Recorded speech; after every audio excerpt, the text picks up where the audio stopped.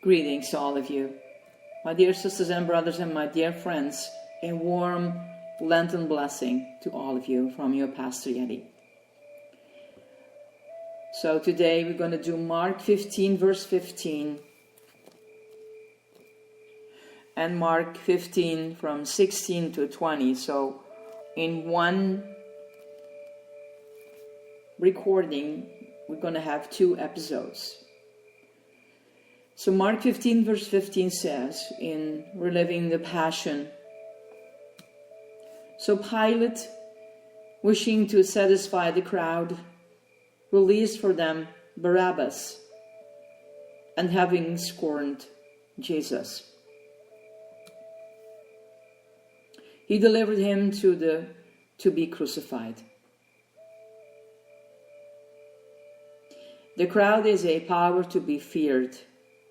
In fact, its power is the fear it inspires in rulers who know its quickness to riot, its ungovernable lack of sense or of personal integrity. People lose individuality in a crowd. In a certain flashpoint, they fuzz into one simple, bellowing brute, passionate and huge. A rioting crowd then can destroy a ruler's schemes, good or bad. A ruler's authority, the rule and the ruler together. And therefore, rulers satisfy crowds before they riot. Jesus' enemies feared the crowd. That's why, as rulers, they would not arrest him in public. But they did also appreciate the power of the crowd. And that's why, as citizens, they wipe it to a frenzy in front of another ruler, the Roman governor. They have no personal care for the people who compose the crowd. To them, it's a beast of 100 throats, which they might write to their own advantage, or they might rid to their own advantage, as long as it doesn't turn on and kill them. And Pilate fears the crowd. He sees the brute swell louder and huger. It's beginning to eat him up. It has ravaged justice and now devours whatever virtue this ruler might have had, spitting him out as a man of expedience only. To prevent a riot, Pontius Pilate satisfies the crowd. He releases Barabbas. He orders Jesus scourged. He delivers innocents to be crucified. And thus the power of this brute, it swallows the soul of a Roman. It feeds on the body and blood of the Son of God. And clearly, neither the high priests nor Pilate ever see the crowd as anything but a brute. Rulers don't find precious what they fear. They avoid it, or they use it, or they feed it. And that's all.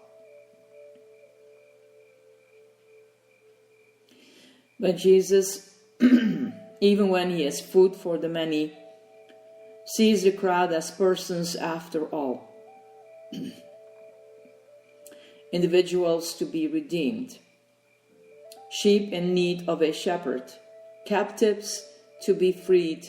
Children, little children lost whom he came to seek and to save. If there's a brute about, that brute is Lucifer. Sin is brutal. But even the swollen throats, the lowers in the crowd are people to Jesus, whom he regards one by one, whom he does not fear, but whom he is serving right now, by giving his life to ransom them from the very brutishness they are displaying. Oh, Who can believe the paradox of our report? The crowd would destroy Jesus by crucifying him, but Jesus would destroy the crowd by naming its person one and one, by calling them out of the brute slavery of sin, by loving them, and renewing one by one their right spirit and their personhood. Where there is a divine relationship with each individual soul, there can be no crowd. There is only a holy communion. But he has to die first. The righteous servant shall cause many to be accustomed righteous, for he pours out his soul unto death. He bears the sin of many and makes intercession for the transgressor. By dying, he kills the brute. Jesus, my Jesus, you are like no human ruler. Never did a ruler look at me with such earnest singularity, such exclusive attention and mercy as you. I saw you, Jesus, seeing me, across the heads of all the people. I saw your eyes on me.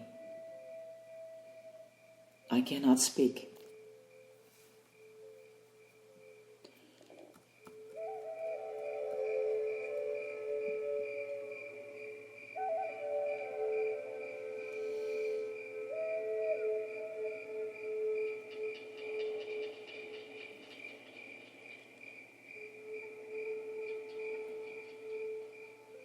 Mark 15, verses 16 to 20.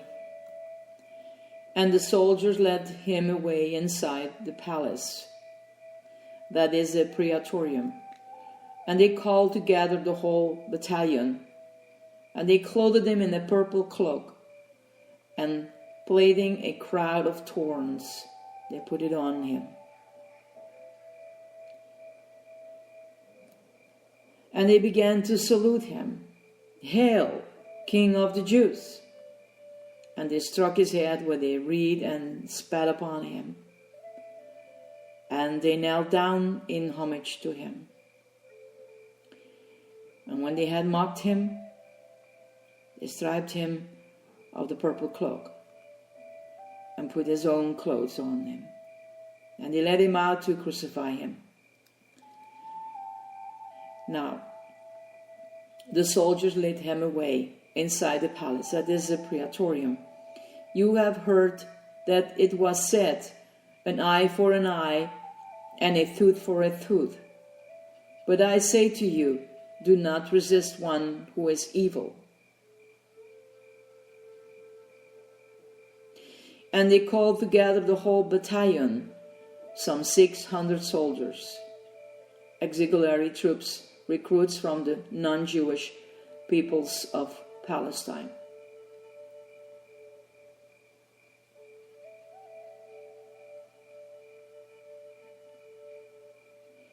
If anyone strikes you on the right cheek, turn to him the other also.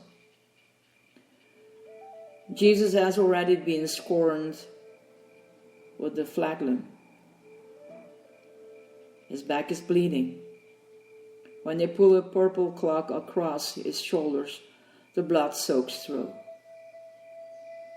They wave a crowd from the thorny branches of a nearby scrub. They stick it to his head, brow and scalp.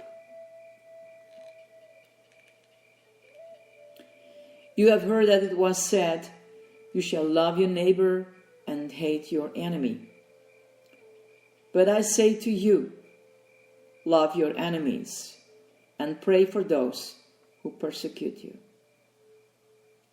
The soldiers began to salute him in a raucous mockery of high office, hooting, Hail, you, King of the Jews! For if you love those who love you, what reward have you?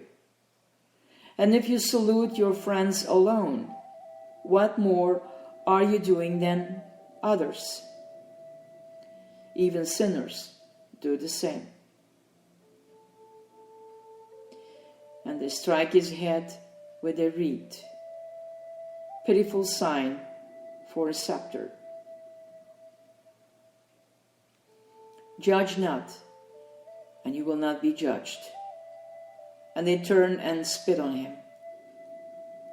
Condemn not, and you will not be condemned. And they kneel down in grinning homage to him. Forgive, and you will be forgiven. And when they've grown weary of the game, they strip him of the purple cloak, a mantle belonging to some nameless Roman soldier, and put his own clothes back on him. Blessed are you when men revile you and persecute you and utter all kinds of evil against you falsely on my account. Rejoice and be glad, for your reward is great in heaven. For so men persecute the prophets who were before you, and so those who led him into the palace now lead him out again to crucify him.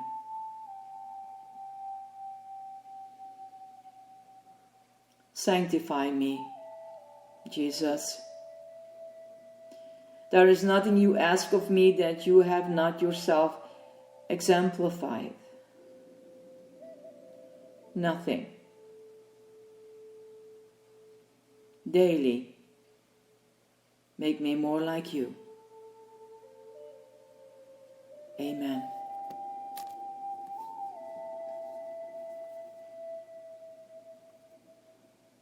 I will leave this open in quietness and give you the blessings of the Lord. May He bless you in the way that we heard this. In everything,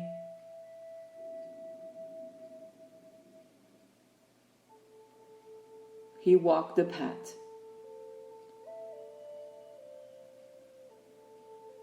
And let us say together daily, make me more like you, Jesus. Warm Lenten blessings, my dear ones, to all of you. This is your Pastor Yeti. I love you guys.